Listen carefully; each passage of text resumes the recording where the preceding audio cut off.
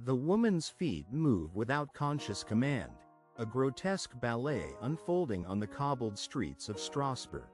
Her arms flail, her body sways, eyes wide and unseeing, as if seized by an invisible force.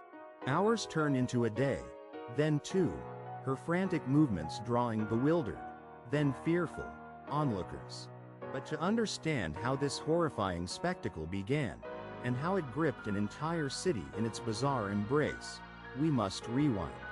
We must journey back to a time and place where the line between malady and madness often blurred. A dark chapter was about to unfold. The year is 1518. The place, Strasbourg, a bustling free imperial city within the Holy Roman Empire. It was a thriving hub of trade and culture, its towering cathedral reaching skyward, a beacon of order. Life for its thousands of residents revolved around commerce, faith, and the rhythms of the seasons. This was a world still grappling with the shadows of medieval superstition, yet on the cusp of the Renaissance.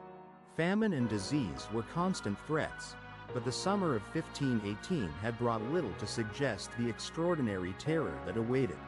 What no one realized was the pressure building beneath the surface. The year had already been one of hardship. A bitter winter was followed by a scorching summer, bringing failed harvests and widespread hunger. Whispers of misfortune, omens of divine displeasure, began to circulate through the populace. The communal anxiety was palpable. According to contemporary chronicles, including documents from the Strasbourg City Council, the phenomenon began in mid-July. A woman known as Frau Trophia stepped into the street and began to dance, seemingly against her will. She continued without pause, her movements becoming increasingly frantic. Within days, dozens more citizens joined her, their bodies compelled into a relentless, exhausting rhythm. Accounts from local physicians and town officials describe scores of people, men and women, dancing themselves into states of collapse.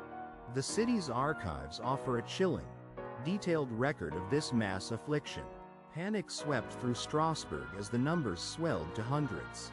Authorities, believing it a curse or an affliction of the blood, urged the afflicted to dance it out. Stages were even erected, and musicians hired, hoping to alleviate the strange malady. But what no one foresaw was the dire consequence of this desperate decision. The efforts only intensified the outbreak.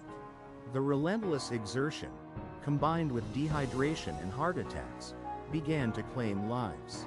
Records indicate that at its peak, as many as 15 people died each day from the sheer physical toll of their involuntary movements. The city was a landscape of exhausted, dying dancers. For centuries, theories ranged from demonic possession to ergot poisoning, a fungus-induced convulsive illness. However, modern historians and medical experts largely dismiss these, pointing instead to a diagnosis of mass psychogenic illness, or mass hysteria. The conditions were ripe for the mind to turn against the body. This rare phenomenon, where extreme stress and anxiety manifest as physical symptoms, explains the contagion. Strasbourg, reeling from famine and fear, became a fertile ground for such a collective breakdown. The symptoms were frighteningly real, but their origin lay deep within the collective psyche. The dancing plague of 1518 was not an isolated incident. Similar, dancing manias, occurred across Europe for centuries. These events provide a stark, chilling window into the profound psychological impact of sustained hardship and communal fear. They show us the fragility of the human mind under duress. Beyond the immediate horror, the Strasbourg plague serves as a powerful historical case study. It reminds us how readily anxieties can translate into physical suffering, particularly when shared by a vulnerable community. The mind's power, for good or ill, remains truly astonishing. The inexplicable dance eventually subsided, leaving behind trauma, questions, and a chilling historical footnote. We may understand the science, but the image of those unwilling dancers, seized by an unseen force, continues to haunt. What collective anxieties might still drive us today, in ways we cannot yet perceive?